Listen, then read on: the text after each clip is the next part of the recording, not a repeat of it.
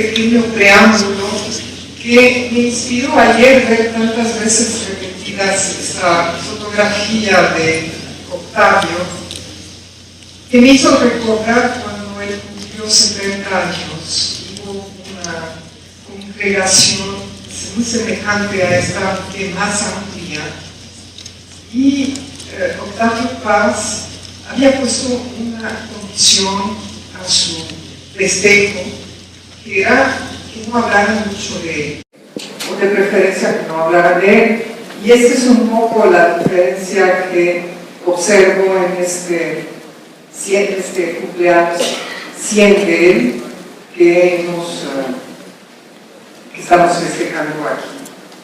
Y Octavio era muy generoso con los jóvenes de la revista, los que estábamos colaborando con él en esta vuelta, y para nosotros era un lujo conocer a tantos intelectuales, tantos escritores, poetas, politólogos, filósofos, que parecía que era una verdadera fiesta para nosotros ver que una parte de nuestra biblioteca se encarnaba de repente en estas visitas, en sus amigos que él compartía muy generosamente con todos nosotros.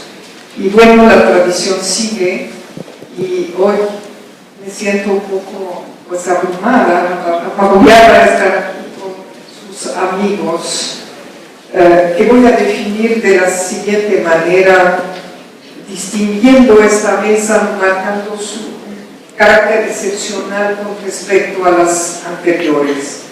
¿Por qué la veo diferente? Porque el día de ayer fueron intelectuales, los historiadores, filósofos, que tomaron sus posiciones y opinaron acerca del poder. Esa es también la mesa que nos va a seguir, se titula Los intelectuales y el poder.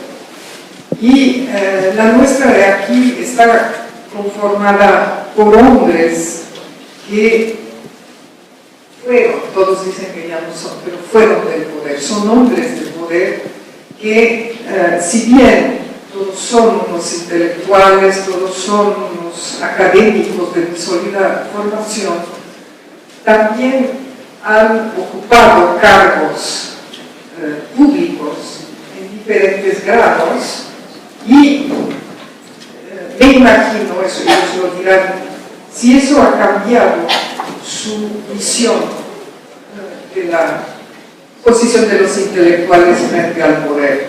Tenemos aquí, ya llegó fue nuestro canciller mexicano, tenemos entonces aquí dos cancilleres, un diplomático y un presidente de la República Uruguaya por 2 periodos.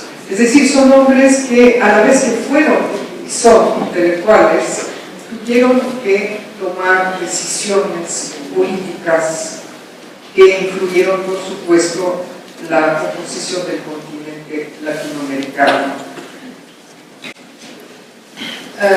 Muchos ahora, y esa es la presentación general que voy a hacer de ellos, porque son muy conocidos para que nos presenten tan individualmente, y todos ellos son actualmente periodistas y conferencistas internacionales, escriben en periódicos y revistas del mundo entero, por lo tanto ejercen pues esta otra manera de poder que es la opinión. Yo no sé en qué papel se sienten ellos más cómodos, en el de intelectual o el de político, ellos lo dirán. Y yo los invité, pero los sentí un poco reticentes, a hablar sobre la actualidad de América Latina, es decir, qué pasa ahora, cómo está este continente que Octavio Paz conoció después de todos los cambios que han sucedido en los últimos años en los gobiernos. Por supuesto, son señores muy bien educados también, van a opinar sobre sus sucesores. No, mejor sí, no sé. Entonces, hemos escogido un orden.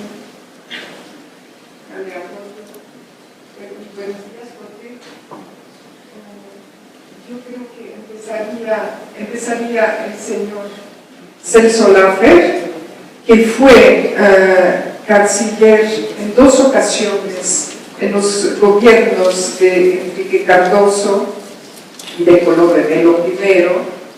Fue también ministro de Economía, ha ocupado muchos cargos en los organismos internacionales públicos y es autor, al igual que todos los presentes, de muchos libros sobre América Latina o pensamientos. Me llama la atención un libro sobre Hannah Arendt, el pensamiento político de Hannah Arendt.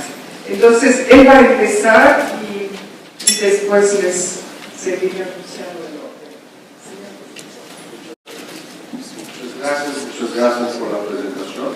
Yo creo que mi título de honor más significativo es que yo fui alumno de Octavio Paz en Cornell y fui alumno de un curso sobre la poesía y su práctica del simbolismo a nuestros días, de manera que yo voy a intentar, como buen alumno, subrayar cómo la reflexión poética de Octavio es tan importante para su reflexión política.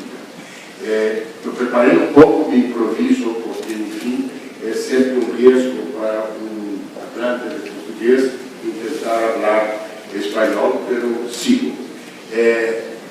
Yo pienso que la idea básica de hoy es pensar cuál es la actualidad de la reflexión de Octavio para el siglo XXI. Un poco lo que se hizo hace poco en Turín para pensar el futuro de Bobbio.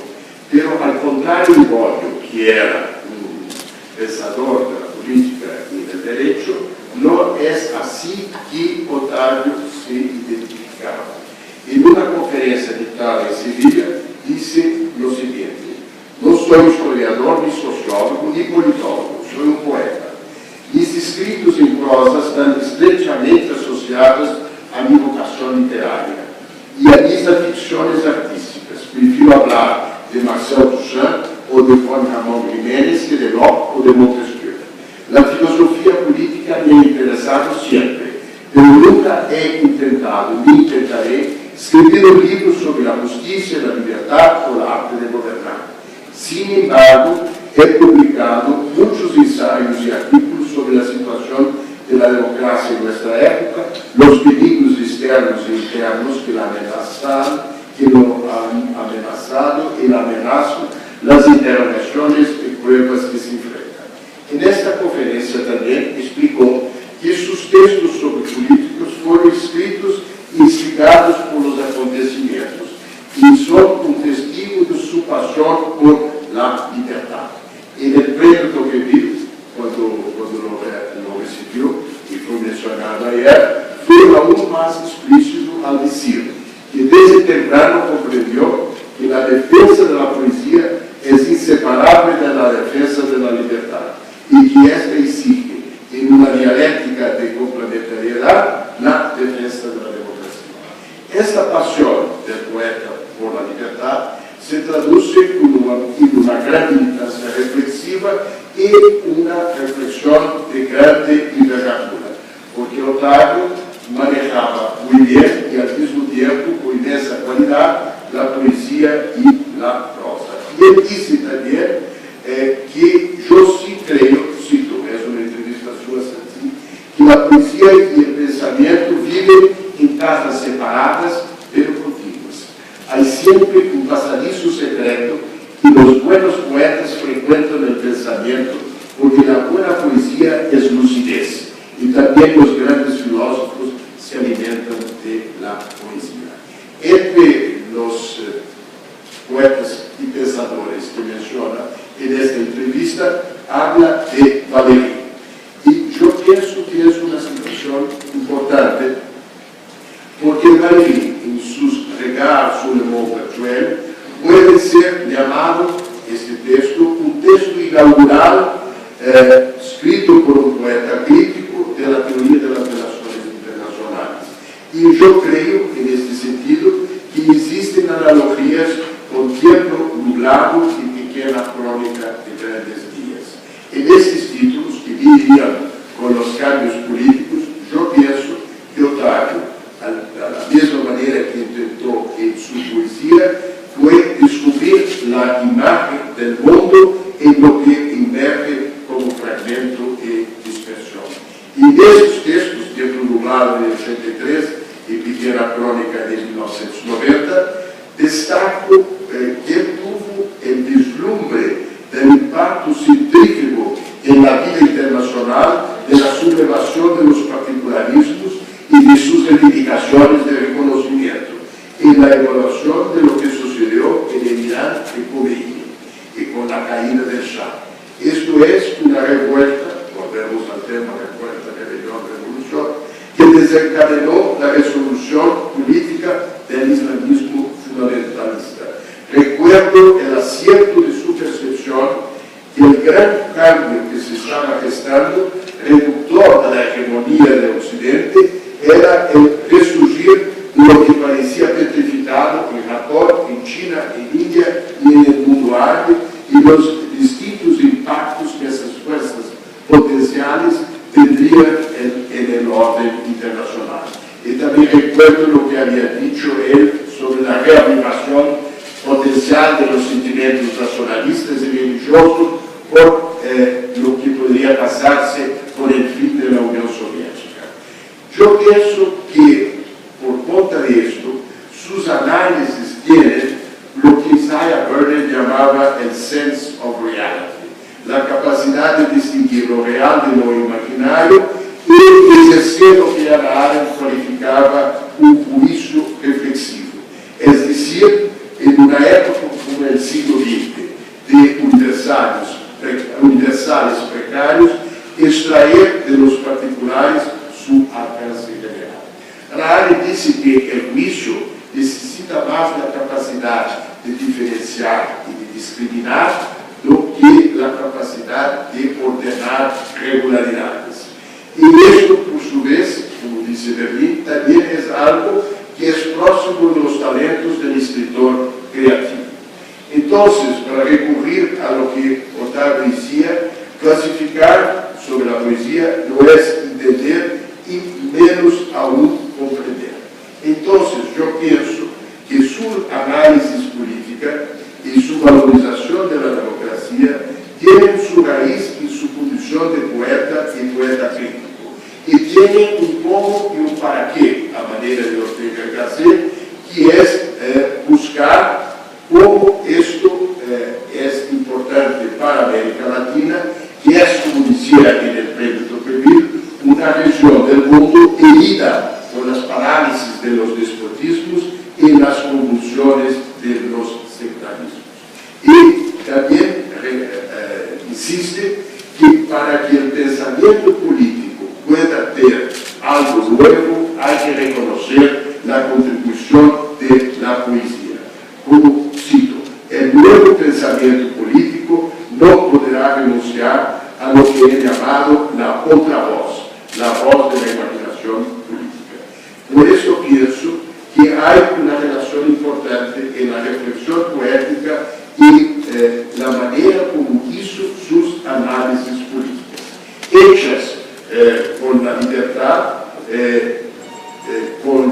que conjuga la valentía del espíritu y la interpretez de la mirada.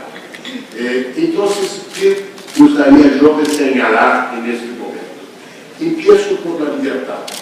Y como represento acá la voz brasileña, voy a citar una poetisa brasileña para hablar la otra voz de la poesía, que es un texto de Cecília Meirelles e del Romanceiro da Inconfidência.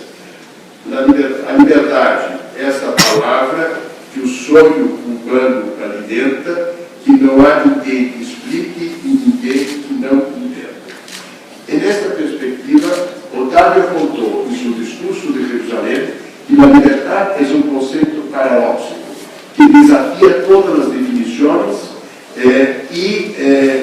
não é nenhum conceito de uma crença. Não nascemos livres, lo cito.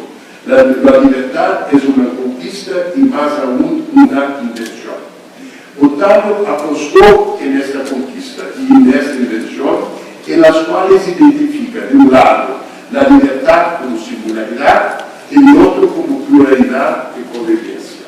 Estas dos vertientes apuntan a la dualidad, poesía de soledad y poesía de comunión, tema recurrente de su reflexión y de su acción, que es también algo que señala o apunta con la conocida distinción de Benjamin Constant entre la libertad antigua, la de participación, y la libertad moderna, que es la libertad de una esfera personal no sujeta a la intervención de los otros. En el tema de las instituciones, Otávio explica la complementariedad entre la libertad entendida entre esos dos vertientes y la democracia, y invoco lo que dice él sobre la tradición liberal. Sin libertad, la democracia es despotismo, y sin democracia, la libertad es una quimera. Y yo pienso que para Otávio, instigado en esto por Breton y por Rousseau, ese exceso l'origine de l'homme, el pacto verbal antecede al contrato social. Por eso, la crítica de la realidad y de la sociedad se hace por la crítica del lenguaje y por su reforma. En postdata, Otávio observa que fueron los escritores y los poetas, mediante el ejercicio de la crítica como exploración del lenguaje, quienes efectivamente acometieron el ejercicio del lenguaje como crítica de la realidad. Hay que citarlo una vez más. La poesía moderna es inseparable de la crítica del lenguaje, que a su vez es la forma más radical y violenta de la realidad. De ahí que en el tema del análisis de la crítica política sea indispensable para obtener la transparencia, rasgo fundamental de la democracia, aspirar al restablecimiento de los significados y limpiar el lenguaje. Como él dice en hace poema, aquí el punto de partida es arrancar las máscaras de la fantasía, clavar una pica en el centro sensible, provocar la irrupción. Y lo advierte de modo explícito en Tela de Juicios cuando señala: la política es el teatro de los espejismos. Solo la crítica puede preservarnos de sus nefastos y secretos hechizos. En estos contextos que Otávio se dedicó a desnudar en México y en América Latina y en el mundo las máscaras del poder, entre ellas las de los despotismos encasillados en la punta de la pirámide es por excelencia la metáfora del poder ejercido democráticamente, de las burocracias dedicadas a la insistente reproducción del oro filantrópico, de los sectarismos provenientes de las ideologías simplistas y simplificadoras y de las soluciones totalitarias contenidas en los ingredientes autoritarios del marxismo en el poder. En la relación entre los intelectuales y la política, tema de nuestra próxima mesa redonda, Otávio registra que la historia de la literatura moderna, de los románticos a nuestros días, ha sido una larga pasión desdichada por la política. Y la desdicha es el fruto del intento de colocar y someter a la literatura y al arte al servicio de una causa, de un partido, de una iglesia, de un gobierno.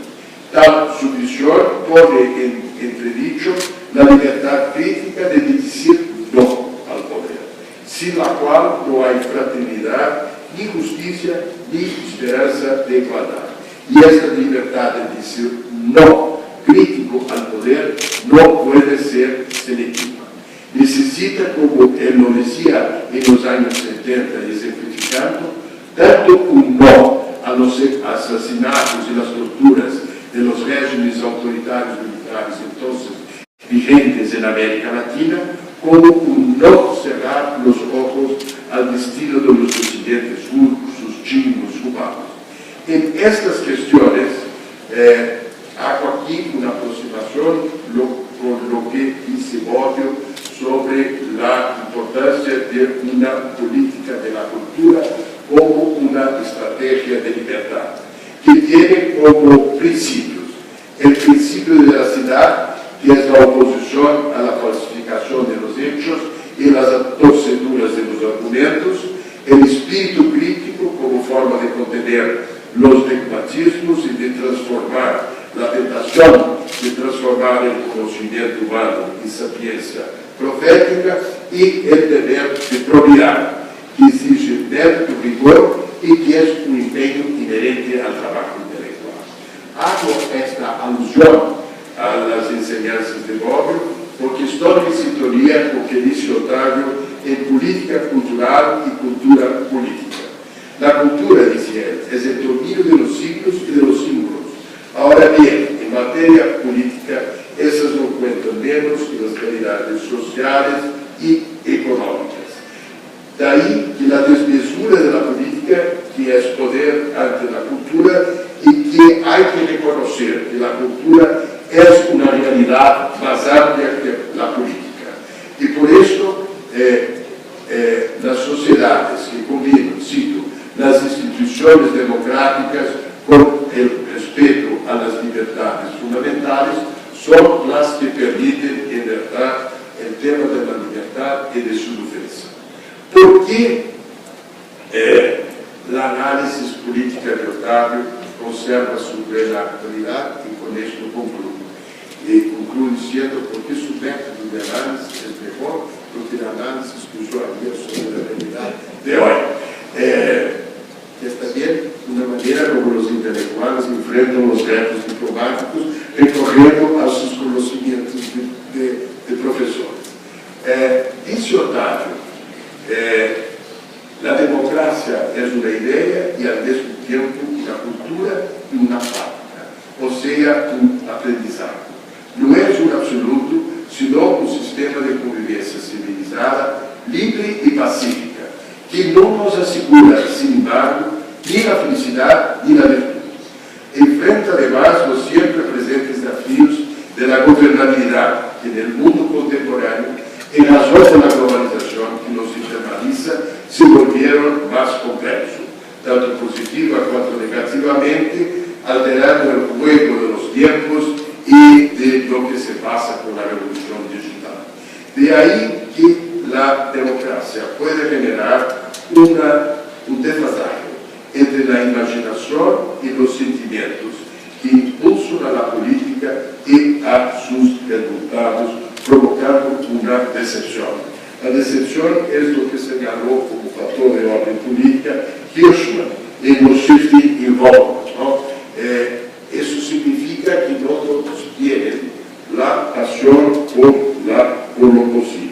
Pero, dice Ottavio, la democracia es inseparable de la modernidad y de todo cuanto ella trajo de bien y de mal. La ciencia, la tecnología, el laicismo, el individualismo y el mercado. Y del mercado dice esto en su conferencia Nobel. Es un mecanismo eficaz, pero que como todos los mecanismos no posee conciencia ni tampoco misericordia. Entonces, democracia constituye con todos esos uno de los bienes verdaderos de nuestra civilización, porque se basa en principios inherentes a los hombres y no externo a ellos, como el mandato de los dioses y la voluntad de la historia.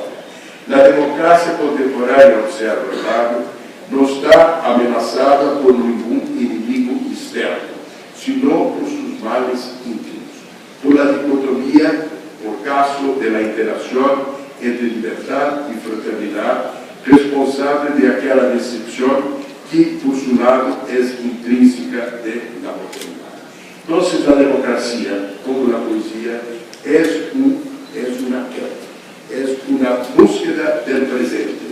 No es la búsqueda del Edén terrestre ni de la eternidad de las edades, sino de la realidad.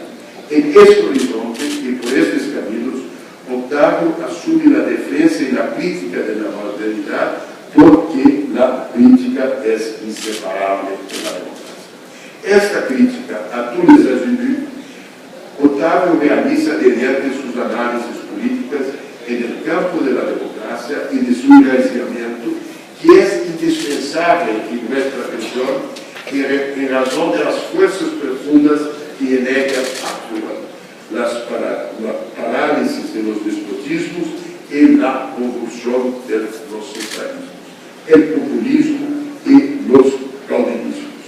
En efecto, en este momento, así señalo algo que a usted dijo, nuestra región está a merced de formas de autocracia electiva, que exhiben el engaño demagógico de los populismos y las formas caudinescas del poder carismático, con su componente de violencia que implican un prededo de la democracia.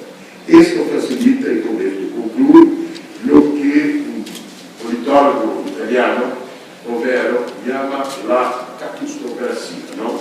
El gobierno de los peones, que está inspirado su fórmula en los riesgos de poner cabeza abajo la receta de equilibrio del gobierno bueno y que se caracterizan por tres máscaras: la del grosero demagogo encantador de las masas, de la autocracia. No hago ninguna referencia a ustedes sobre la del plutócrata de la oligarquía, que también no hago ninguna referencia, pero hay muchas posibilidades de encarnación. Y la del César de plantón, de turno, de la tiranía. En la crítica de estas tres máscaras, presente en el escenario de los espejismos de América Latina, los análisis de Otávio, dedicados mediante el espíritu crítico a restablecer los significados, conservan su vigencia en este inicio de la segunda mitad del siglo XX.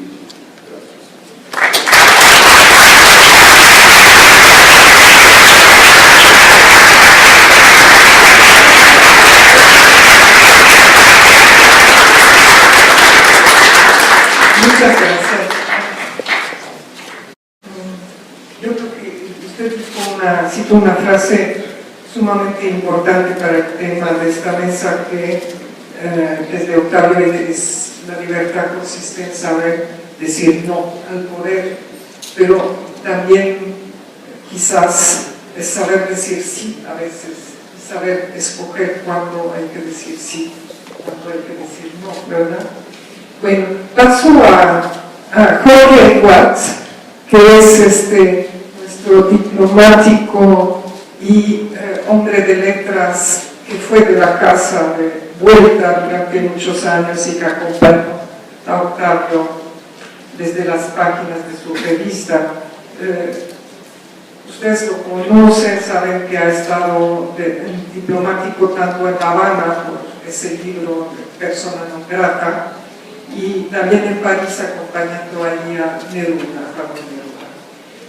Después sufrió el exilio, por supuesto, y causado por el golpe militar de Pinochet. A veces uno piensa que todo el mundo sabe todo, que recuerda ciertas cosas, y fue también embajador últimamente en la UNESCO de París. A veces uno dice llega de Chile, pero no llega de París, no sé bien dónde vive, y es autor de muchas novelas que hemos recibido aquí en México junto con él en muchas ocasiones.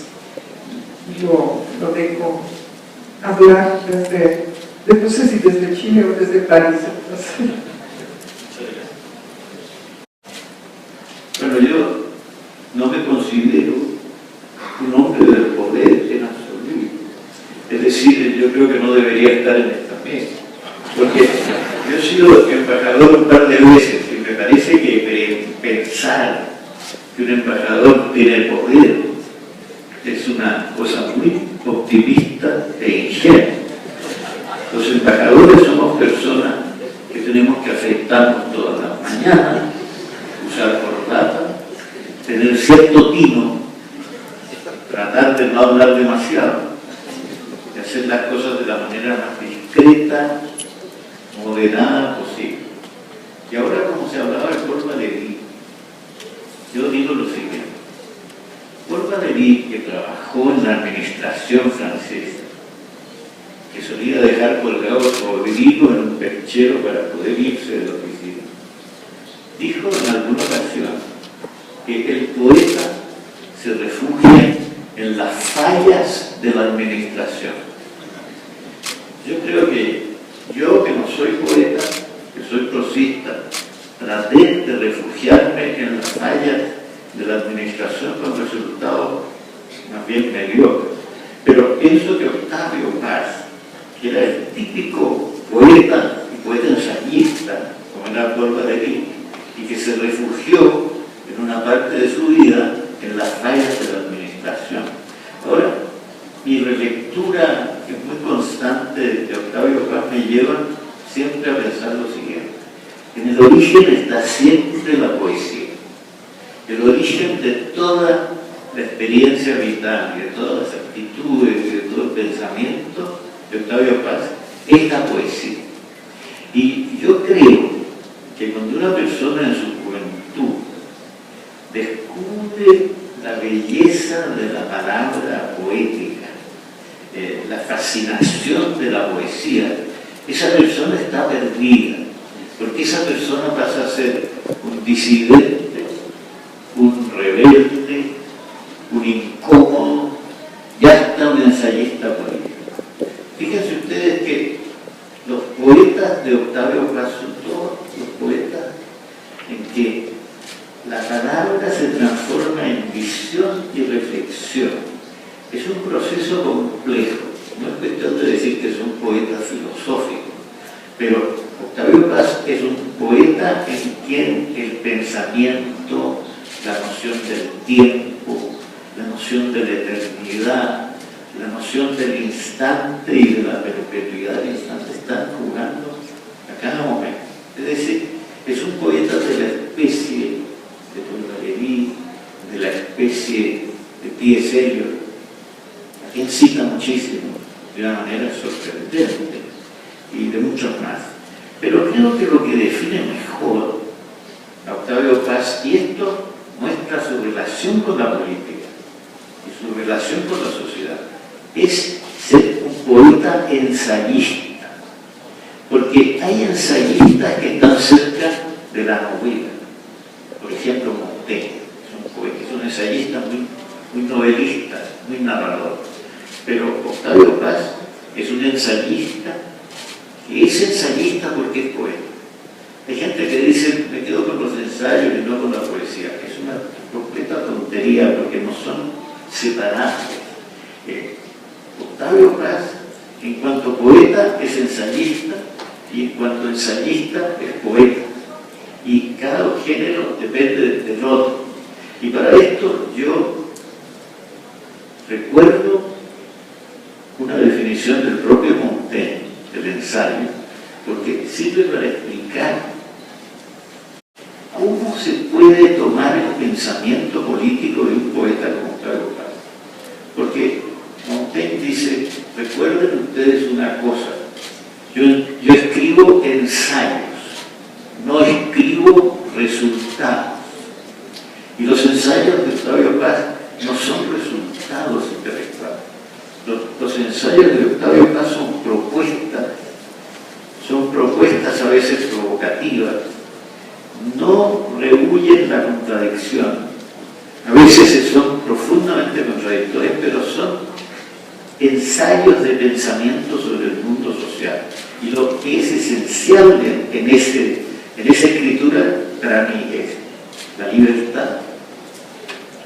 Octavio Paz ha sido en el siglo XX uno de los intelectuales más libres, menos rígidos, con la cabeza menos llena de ídolos estáticos, y que llega a decir que para él hacer poesía y escribir es llenar su imaginación de aire, de un aire vivo.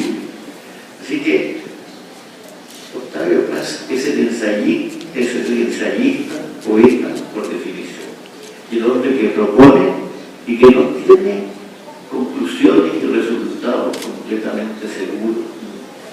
Es decir, es un hombre que tiene muchas respuestas para muchas cosas, pero es un hombre de las preguntas y de las grandes preguntas. Es una persona que se plantea los temas de una sociedad como la sociedad contemporánea y como la sociedad mexicana.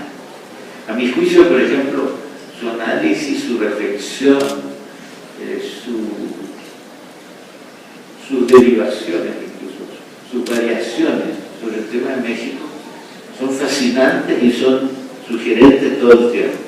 Y él tiene una noción del mundo precolombino, de lo que llama el catolicismo colonial, que es una forma de integración social que nos deja de interesar, sobre lo que es después el positivismo en este país, sobre lo que es el liberalismo, sobre lo que es finalmente la Revolución Mexicana y sus derivaciones hasta ahora.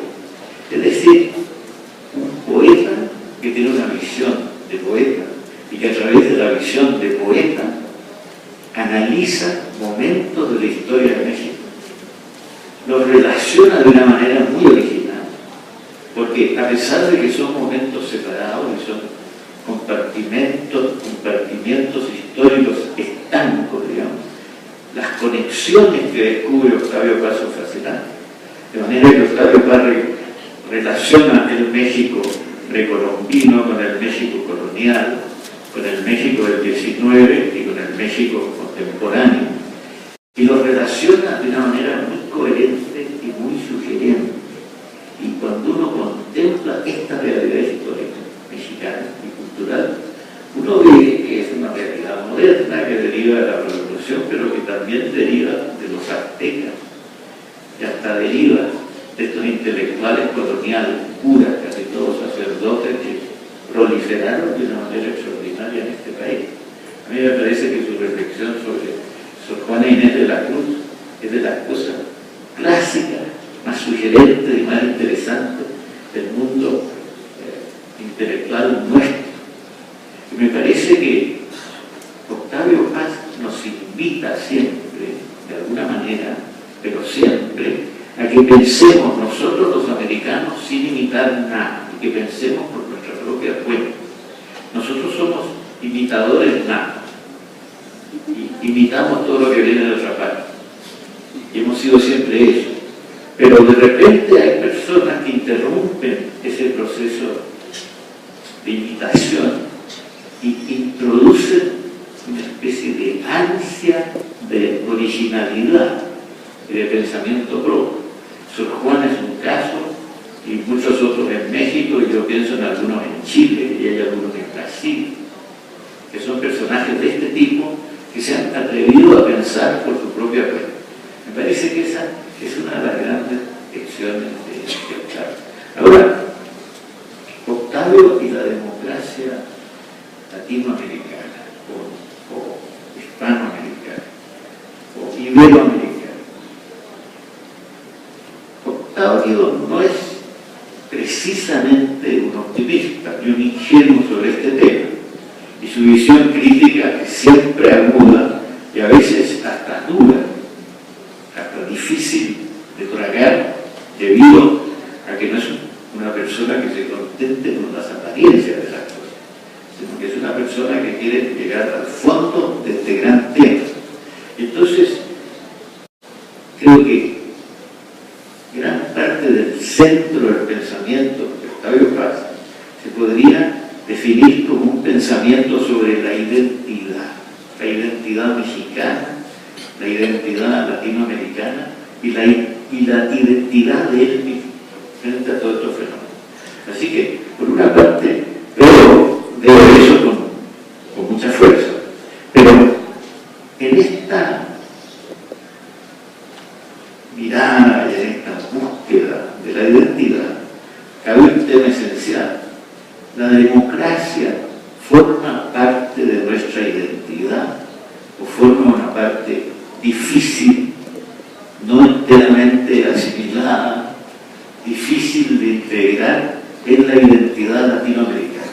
La democracia, que es una cosa importada que nosotros traemos sin un éxito total, es una cosa que puede ser nuestra y que puede llegar a ser nuestra. Yo creo que en el fondo el pensamiento de Octavio Paz lleva a pensar que podemos ser demócratas, existe la posibilidad de la democracia para nuestro mundo latinoamericano. Y yo creo que lleva a pensar incluso que hemos progresado. Es difícil a veces aceptar que hayamos progresado, pero yo creo que hemos progresado. Yo creo que el Chile de ahora, el Perú de ahora, el México de hoy, Brasil de hoy, son países en que ya la democracia tiene un rodaje, tiene un tiempo de adaptación. Bueno, no voy a seguir en detalle, pero por ejemplo, hay un tema que a mí siempre me impresiona en el mundo latinoamericano, que es la obsesión de comenzar de nuevo. Nosotros tendríamos que tener años como los de la Revolución Francesa. Hay año primero de Floriano, o del Pacífico, o del Caribe, y el año tercero de otra cosa. La tendencia a comenzar de nuevo, producto de nuestra frustración, de nuestra insatisfacción, es una enfermedad grave. Porque una democracia se puede afirmar gradualmente, pero si la democracia hay que suprimirla y reinventarla y hacer una democracia popular o una democracia del alba o de la noche, es muy difícil. Comenzar de nuevo cada vez es muy difícil. Esta es una tendencia que existe hasta en los intelectuales de América Latina. Porque, por ejemplo, Vicente Huidobro, que era un inteligente ingenuo, tiene una curiosa mezcla de inteligencia y de ingenuidad, creía que él había inventado la poesía, porque había que comenzar de nuevo. La antigua poesía describía un paisaje, pero la nueva poesía, que era la de él, lo inventaba. Es decir, la obsesión fundacional que la tienen los políticos a veces de manera que ya conocemos, también es una obsesión general. Así que tenemos nosotros que hacer una introspección, un análisis de nuestras cosas y llegar a saber si somos capaces o no capaces de construir una democracia. Estamos avanzando, pero tenemos que ir más lejos, tenemos que pensar mejor en el tema. Otro tema, por ejemplo, es el la alternancia en el poder. Yo ahora me fui de París y un intelectual de izquierda, que es amigo mío, me dijo: mira, tú por lo menos hiciste creer que para cambiar de un gobierno de derecha a un gobierno de izquierda no se necesita hacer una revolución social, y que para salir de un gobierno de izquierda a un gobierno de derecha o de centro derecha no se necesita hacer un golpe de Estado. Progresamos. No soy excesivamente optimista, porque a mi avanzada edad soy prudente, soy cauto y sé que muchas cosas han terminado mal a lo largo de mi vida, pero empiezo a admitir la posibilidad de un progreso real de nuestra sociedad en el sentido de mayor igualdad, mayor justicia y de libertad. Y creo que quedo aquí y después diré quizá otra cosa.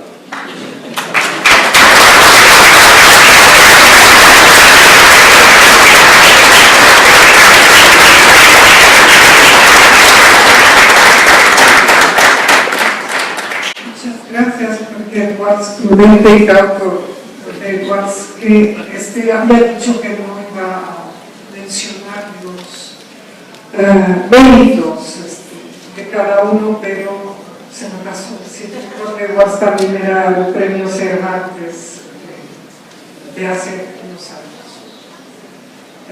Jorge Castañeda es quizás una perspectiva indebida e ingenua en que estoy llevando esta mesa, el intelectual, uno de los intelectuales mexicanos que fue más discutidos, más criticados a veces por haber ocupado puestos de cargos públicos. Y incluso fue, se lo recuerdo, quiso ser, pretendió ser candidato independiente a la presidencia de la República de México y el sistema no lo dejó. Entonces, algún día escribirás eso. Y por otro lado, bueno, como todos los ponentes de esta mesa, es un notable académico que ha enseñado en nuestra Universidad Nacional aquí muchos años y de Nueva York también, hasta ahora creo. Y es autor de muchos libros de ensayos políticos y uno de mis lecturas a mi favorita es la biografía de Che Guevara, con quien creo que tuvo un nexo de sueños.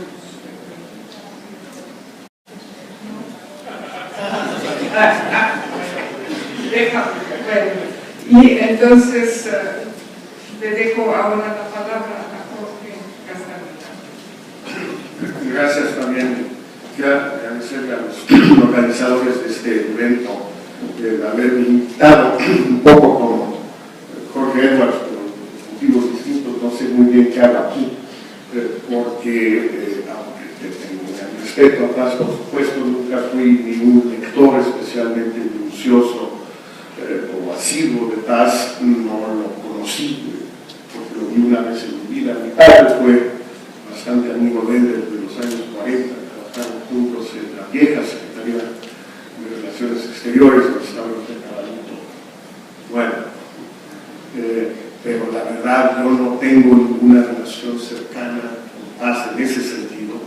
Y creo que también hay tanto estudiosos como actores de la política exterior de México más cercanos a Paz en muchos sentidos, o bien porque lo conocieron en persona, o bien porque tuvieron mucha más relación con él que yo. Pero bueno, agradeciendo esta invitación y aclarando que en efecto no sé muy bien qué hago aquí, sí quisiera retomar un par de ideas de Paz sobre las relaciones internacionales y la política exterior de México, haciendo primero una pequeña desviación que puede ser pertinente un poquito más adelante. Si no lucharon a andar, voy a hablar el tiempo que quieran, entonces pónganlo.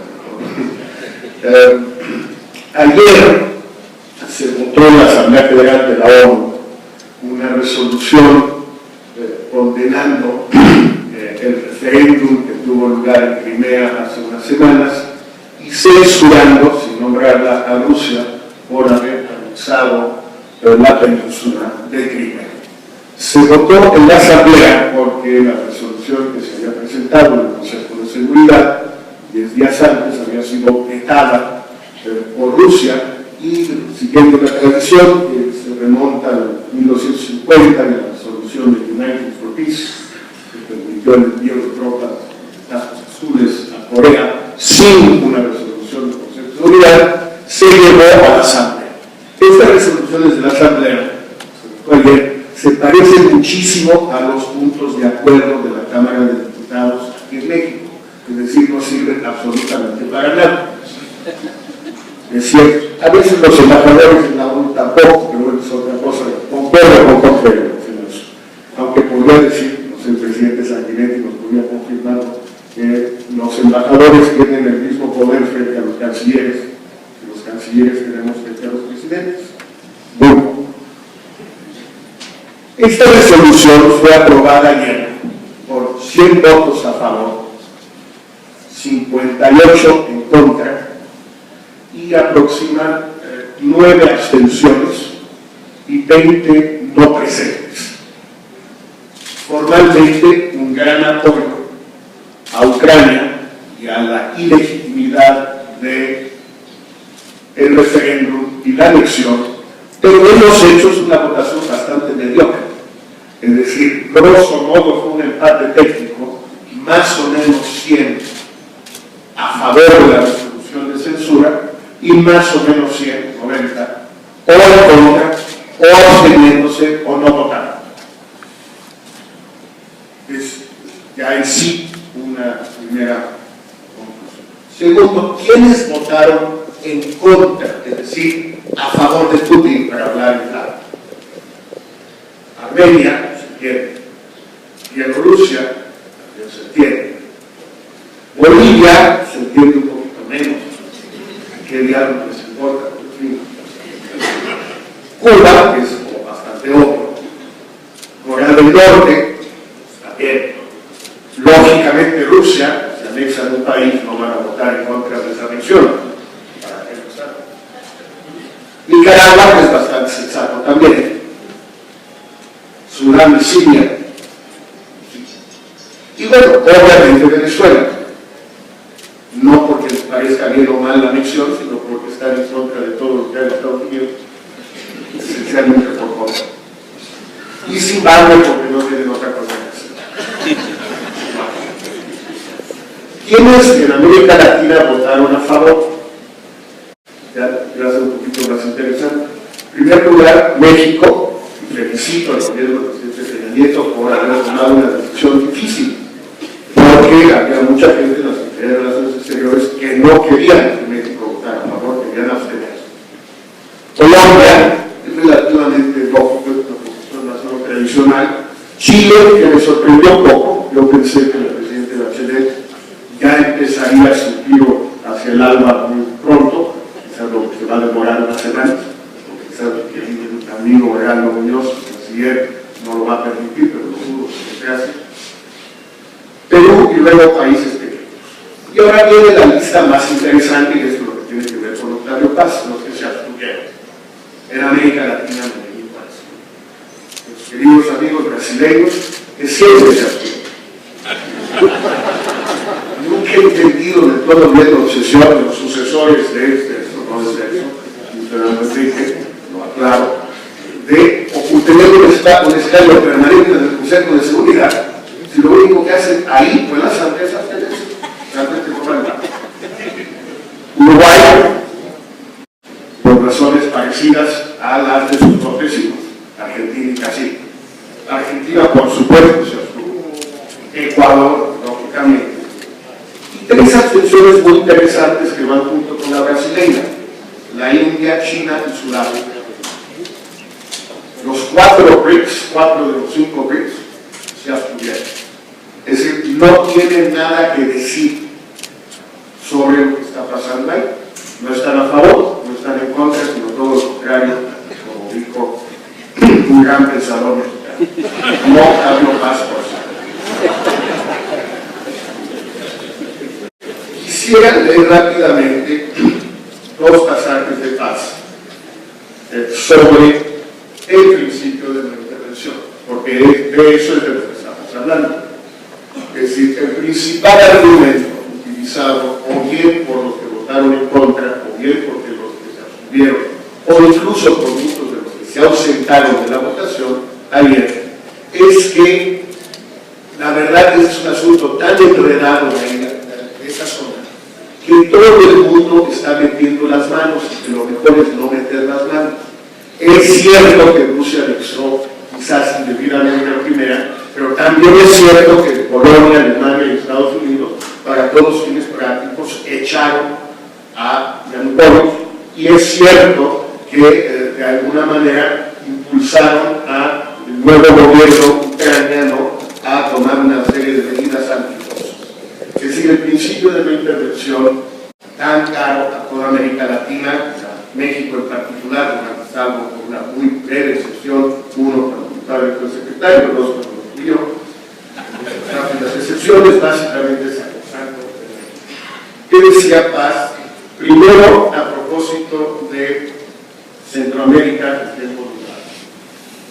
La política internacional de México se ha fundado tradicionalmente en el principio de la intervención, fue un escudo jurídico, un arma legal.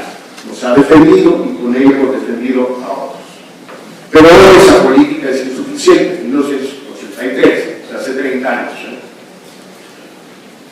Sería incomprensible que nuestro gobierno, de Madrid, cerrase los ojos ante la nueva configuración de fuerzas en el continente americano.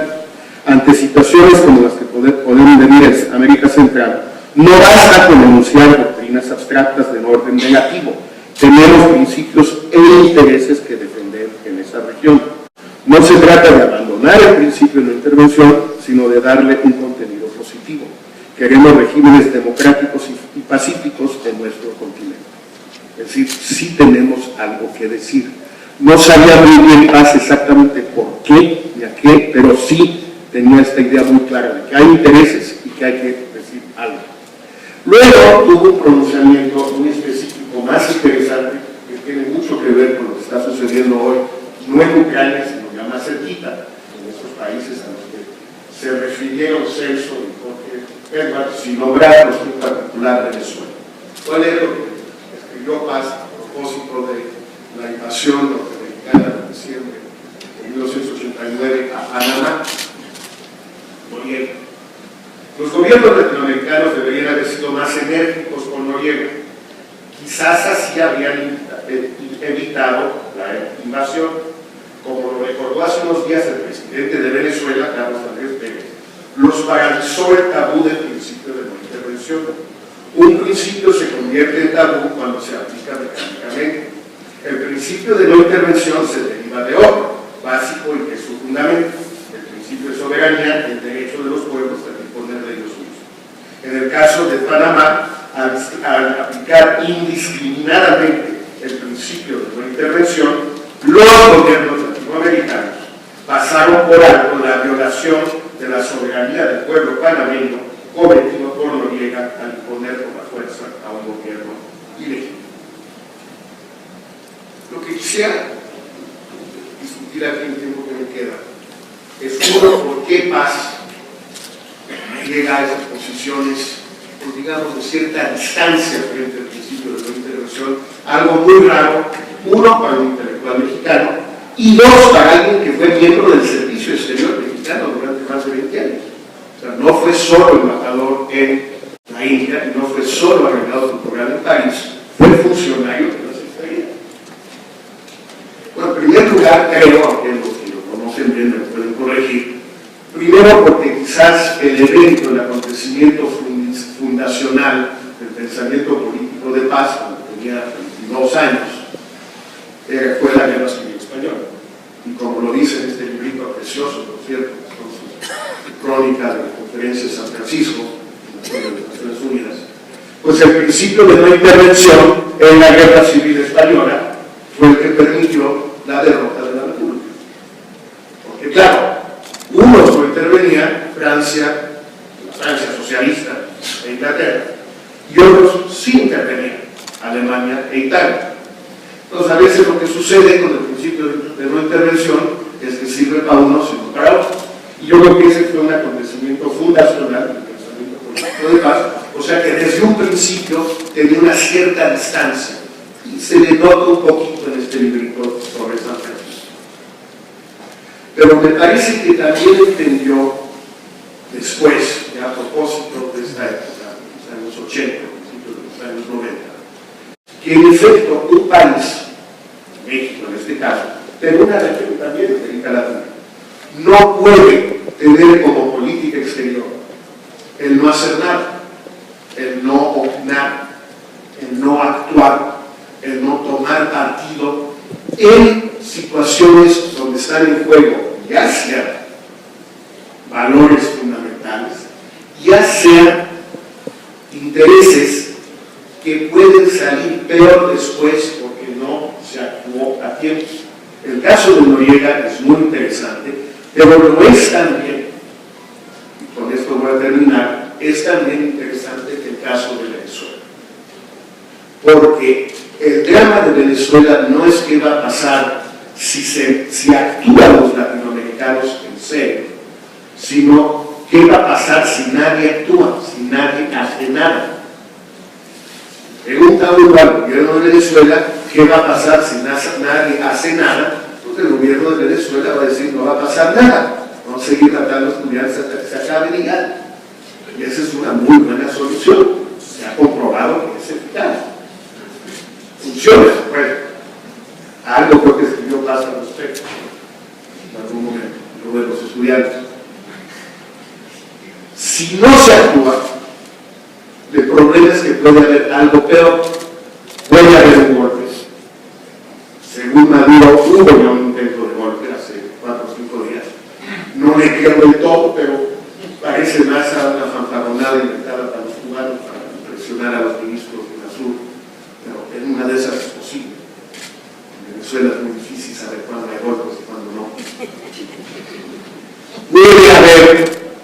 represión más generalizada que cree ahí sí una situación que nadie puede aceptar, ni los latinoamericanos ni nadie más.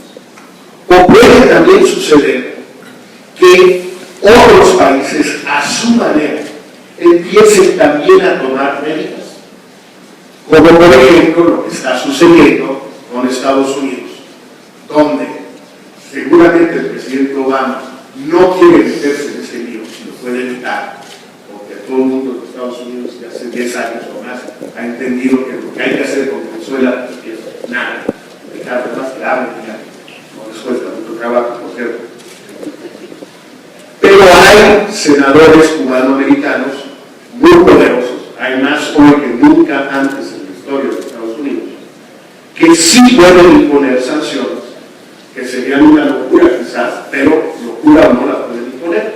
Y me refiero en particular a la cancelación de visas, el congelamiento de activos, de la llamada burguesía venezolana, chavista, en Estados Unidos.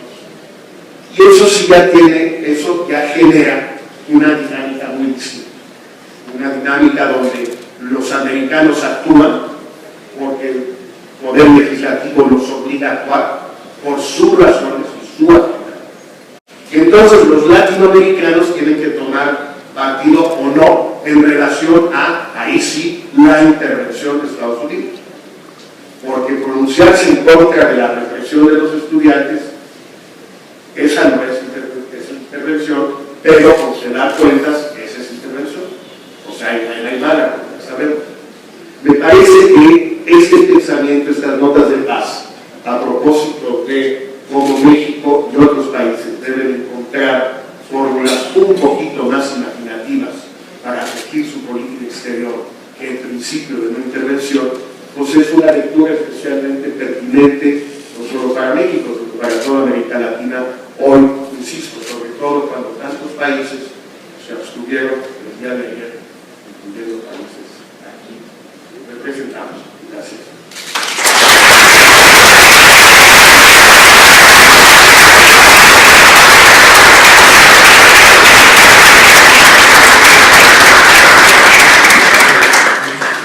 Muchas gracias, Jorge Castañeda, por esta breve lección de diplomacia y de recordarnos algunas cosas. Yo creo que el espíritu de seguir con la obra y el pensamiento de Octavio Paz no consiste nada más en estar de acuerdo con él, sino en proseguir esa reflexión crítica que él sostuvo a lo largo de su vida.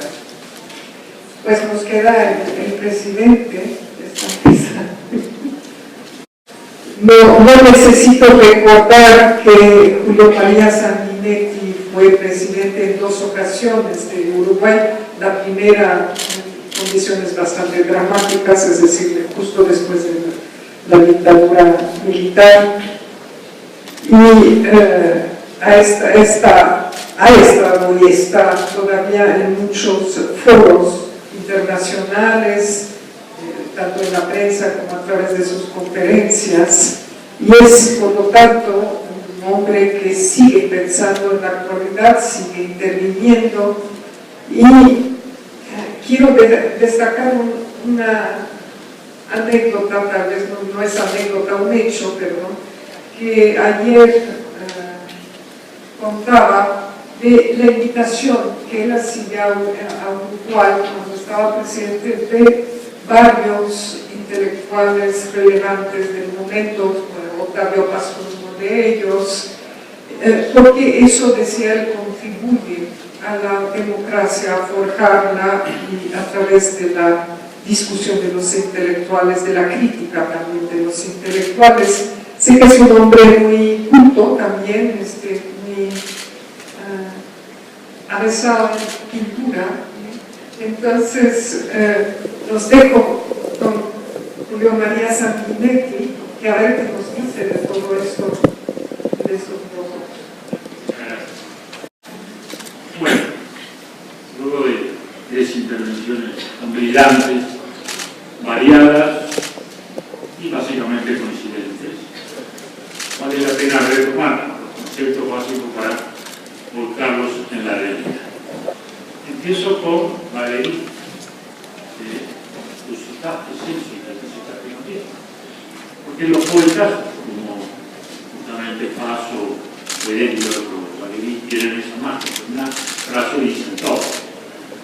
Después que empezaron los grandes cambios de la revolución tecnológica de esos años, se aportó de moda una de Valéry, que es perfecta. El futuro ya no es lo que era. Y creo que eso es lo que más nos pone delante Octavio, porque justamente su película, sus 100 años, son los 100 años que cargan a su vez los 100 años anteriores, son los 2 siglos más políticos de la historia, en los cuales se dieron todas las experiencias políticas. La de la libertad de los padres fundadores de Estados Unidos, la utopía marxista, la revolución francesa con todo su efluvio, el falangismo con su visión medieval de la sociedad, el fascismo italiano, que tanto repercutió, no se diga, de nuestra América Latina y que sigue aún en populismos corporativistas de sangre. Ni hablemos del marxismo, la revolución cubana, y todo eso ha sido un periplo que termina y nos pone en este tiempo en que todas esas utopías se han agotado. Y ahí es donde emerge la figura de los pensadores para ir orientando y balizando el camino a los hombres de acción. Dice Octavio, hoy ya una sociedad no se puede gobernar con Adam Smith y Carlos Marx, no se puede gobernar con Locke y Rousseau, pero, porque las respuestas de ellos fueron para otro mundo, pero sus preguntas sí eligen. Y eso es a lo que hay que darle respuesta. En una sociedad, que como dice Octavio también en otros pasajes, es la primera sociedad que tiene que organizarse sobre la base de un mundo que ha cambiado materialmente más allá de las ideas.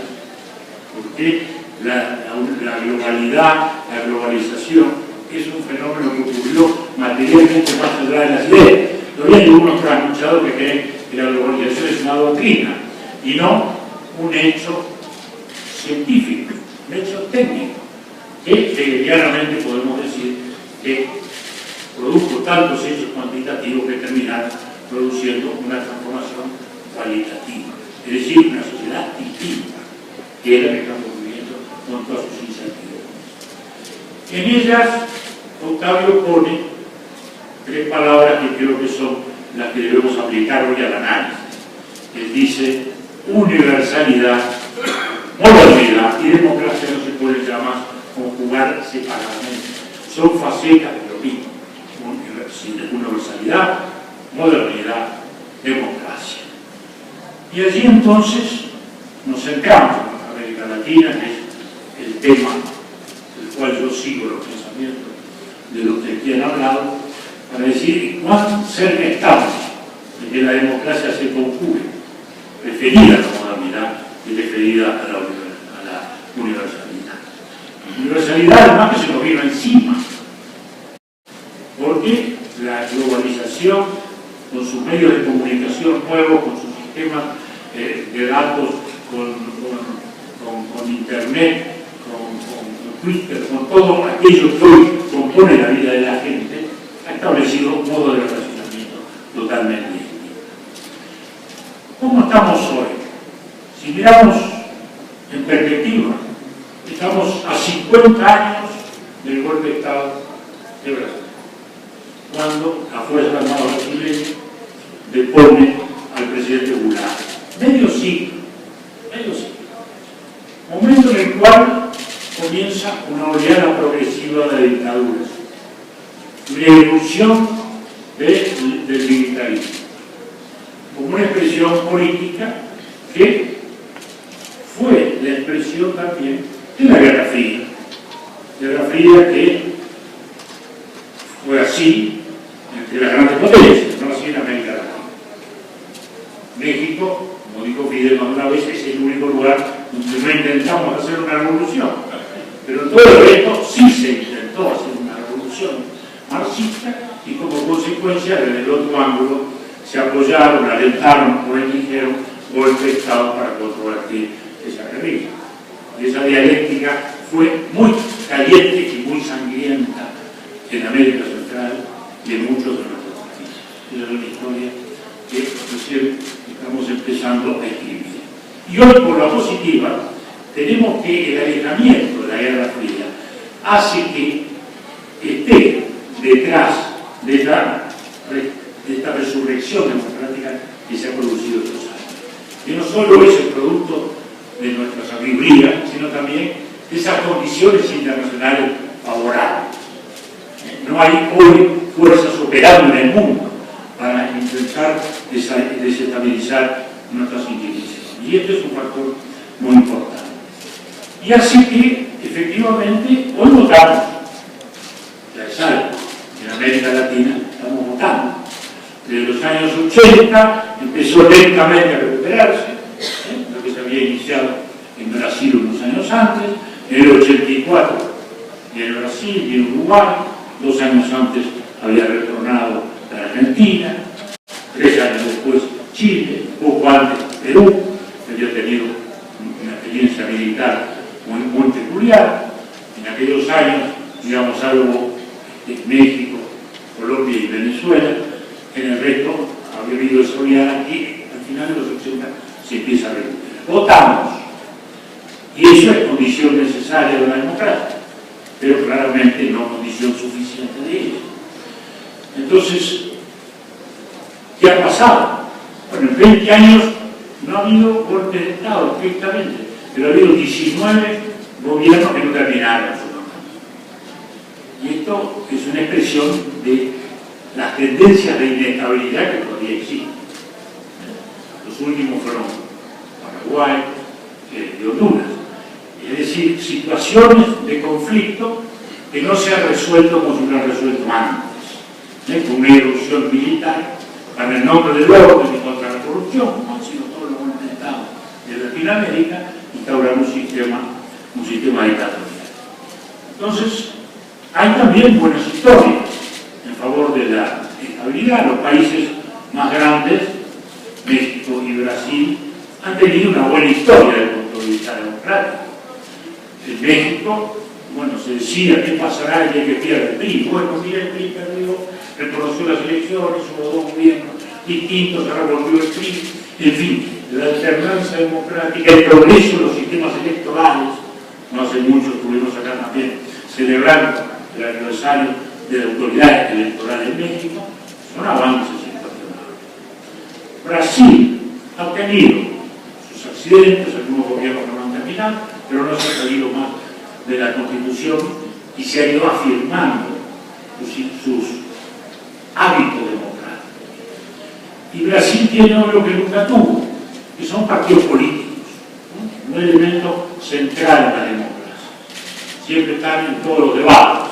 Los partidos son siempre el objeto constante de cuestionamiento, que nunca son tan buenos como se espera, pero allí están. Brasil hoy tiene partidos políticos que no tuvo nunca antes, ni bajo el imperio. Había liberales y conservadores, pero eran más o menos la misma historia. Pero hoy Brasil tiene partidos políticos estables y el hecho es que el PT y el PSDB se han alternado en el gobierno en todos estos años y han ejercido el poder alternativamente de un modo democrático. Estas son las buenas historias que desmarcan una cierta imagen de optimismo. Pero todos sabemos que no tenemos la democracia con que soñamos y que la historia no es igual en todas partes. Tenemos nuestros vicios. Por un lado, el reeleccionismo, que ha sido una obsesión en los últimos años, que tuvo la expresión máxima en la reelección ilimitada que había planteado el presidente Chávez en Venezuela, y que se interrumpió por el destino. El reeleccionismo ha sido la resurrección o la expresión moderna o caricaturizada de constitución del viejo cesaísmo, del viejo gauchismo personalista que tanto ha recorrido la historia latinoamericana. Del mismo modo tenemos la libertad de expresión. Ese es un tema que no hemos mencionado. Hoy se hablaba de Octavio y el no. Octavio decía, en el siglo XVIII nace la literatura moderna, que se basa en la posibilidad de decir y de poder decir no. Y cuando la literatura pudo decir no, nació también la democracia, que se basa en la posibilidad de poder decir no. Porque tú sintetizabas muy bien en esa frase de tu amigo izquierdista, ¿no? Que decía, la izquierda puede llegar sin revolución, la derecha puede llegar sin golpe de Estado, ¿no? Y eso creo que es muy importante. La libertad de expresión del pensamiento hoy vive una situación totalmente distinta. Primero por la tecnología.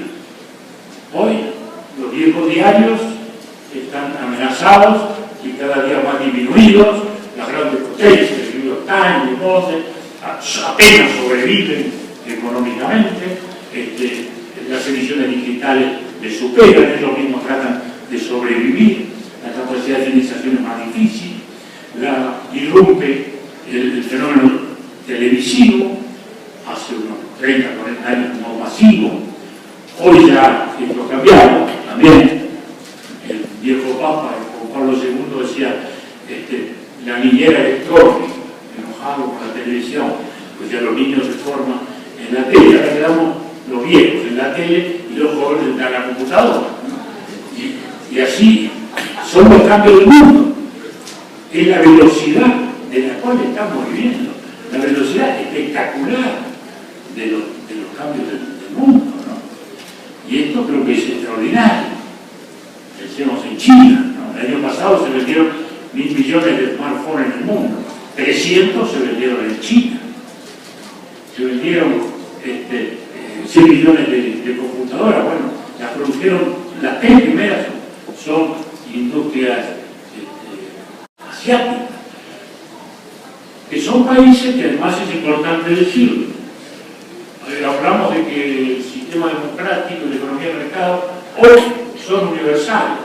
Bueno, la economía de mercado es bastante más universal que el sistema democrático, porque medio mundo no reconoce la democracia y la gran potencia emergente, para empezar, no demócrata, pero es la gran potencia emergente incuestionablemente. Entonces, en ese mundo, ¿qué pasa con la libertad de expresión? Que en nuestros países está viviendo serios eclipses, y no hay ninguna duda. Lo ha vivido en Venezuela, lo ha vivido en Ecuador, hemos vivido en Argentina una situación muy peculiar, con el gobierno constantemente lanzado en un combate cuerpo a cuerpo y diario, dialéctico, judicial y legislativo, con dos órganos de prensa como son La Nación y Clarín de Buenos Aires, dos expresiones extraordinarias de la calidad del periodismo latinoamericano. Y la libertad de expresión es la garantía de todas las otras libertades. Y en este mundo, entonces, en cambio, no podemos mirar con indiferencia esa situación. Hoy el fenómeno Venezuela preocupa porque tiene esta exhibición dramática de la oposición en la calle, de los jóvenes, de las muertes, de las 30 y tantas muertes, todo eso que hoy nos conmueve. Pero el tema de la democracia en Venezuela viene muchos antes. En el eclipse justamente la libertad de expresión, cuando se cierra Caracas, cuando se cercena la revolución, cuando desaparecen todos los programas políticos, y allí entonces comienza algo que todos de algún modo hemos, como el Estado, hemos dejado de pasar sin mirar. Y ahí hago un agregadito a lo que hablaba recién Jorge Castañeda, y es que la diferencia con otras situaciones de intervención es que Venezuela es socio nuestro y ha firmado tratados con nosotros. Y en el Mercosur, cuando entró Venezuela, en circunstancias muy extrañas, tenemos una cláusula democrática así establecida. Es decir, que no estamos en los fenómenos de intervención o no intervención para hechos ajenos y lejanos, sino que estamos hablando de hechos muy cercanos. Y estas son cosas que no pueden dejar de preocuparnos y que en la visión de la construcción democrática de la libertad, porque Octavio habla de la libertad y la democracia como términos que, de verdad, no son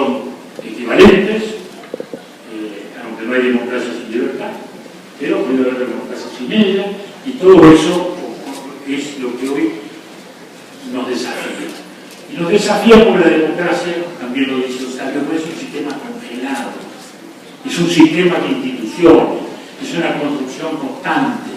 La democracia es una arquitectura formal a la cual luego hay que darle contenido a través de la acción de los humanos, a través de los códigos de comportamiento, de la ética social, del compromiso social del Estado, de que el Estado liberal sea un garante y no ya el viejo Estado omnipresente, el ogro filantrópico, que fue la deformación de una aspiración de justicia, porque toda la construcción democrática es esa tensión entre la libertad y la justicia.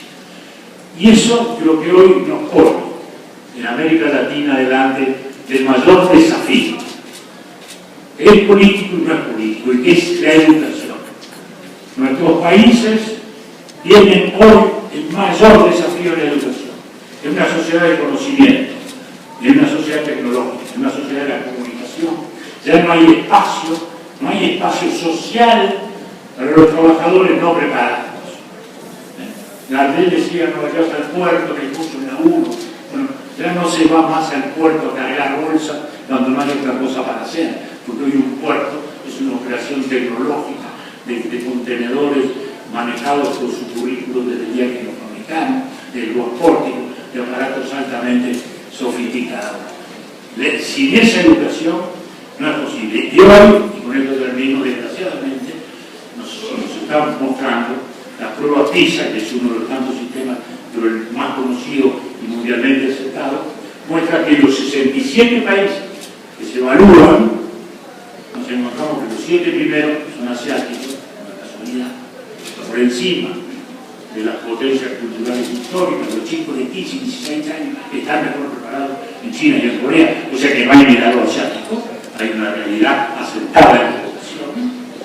Y nosotros estamos, los 8 países que nos evaluamos a América Latina, estamos en los últimos, del 53 de Chile, que está mejor, hasta el 67, que es el último de Perú, que se está mejor. Pero todos estamos mal. Hemos logrado sí universalizar la educación primaria. Y en la educación secundaria estamos en camino, pero de 100 que entran, la mitad no llega. Y este es el mayor desafío que tiene nuestra América Latina. En la educación como factor de cultura y de democracia. Muchas gracias,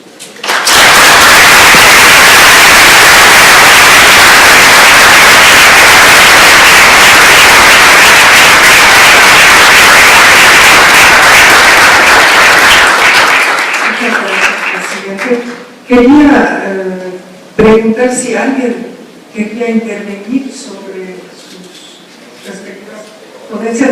Disponemos de algunos minutos antes de la siguiente mesa, o si consideran que fue suficiente y cerramos. Yo las preguntas se las hice, pero no que las quisieron contestar.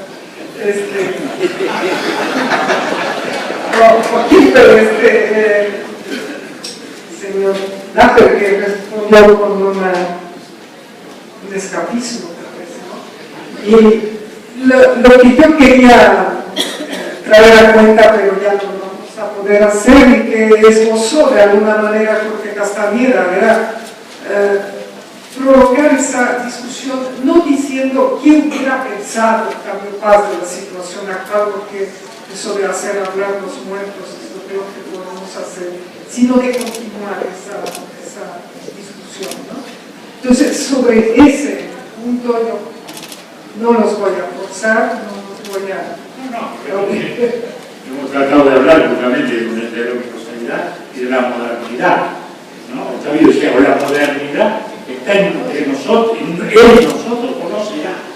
Yo creo que el gran desafío de América Latina es la modernización, ¿no? Porque o nos modernizamos o nos modernizan.